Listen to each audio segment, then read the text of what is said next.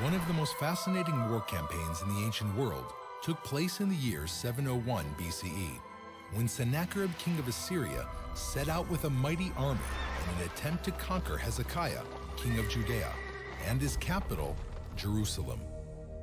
For thousands of years, we knew about this campaign only in the pages of the Bible, until 1830, when a surprising discovery was made in northern Iraq. In Sennacherib's palace in the city of Nineveh, archaeologists found a hexagonal prism made of baked clay with an inscription in Akkadian. In the inscription, Sennacherib, the great conqueror, commemorates his military campaigns, including his expedition to the land of Judea and Jerusalem. Sennacherib boastfully presents himself in the opening sentences. "I am Sennacherib, the great king, the mighty king, king of the world." He continues by bragging about his sophisticated conquest of the fortified cities of Judea. "As for Hezekiah the Judahite, who did not submit to my yoke, 46 of his strong walled cities, as well as the small towns in their area, which were without number, by leveling with battering rams and by bringing up siege engines." The Book of Kings recounts very much the same reality.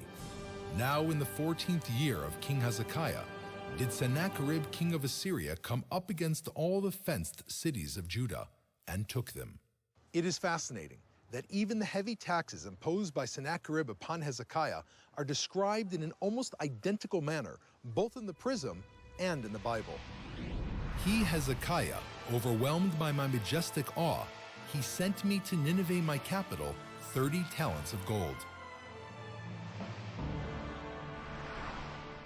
And Hezekiah, king of Judah, sent to the king of Assyria 300 talents of silver and 30 talents of gold."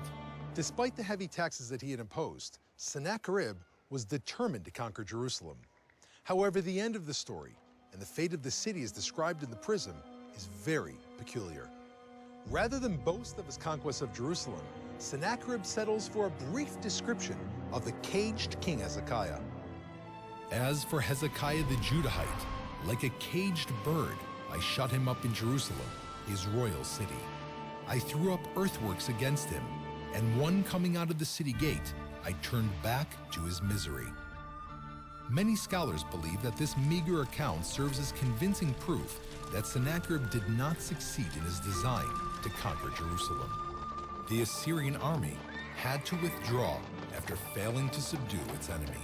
A more precise account of the battle's end and of what took place behind the walls of Jerusalem is brought forth in the prophecy of Isaiah. "Therefore thus says the Lord concerning the king of Assyria, he shall not come into the city, nor shoot an arrow there, nor come before it with shields, nor cast a bank against it.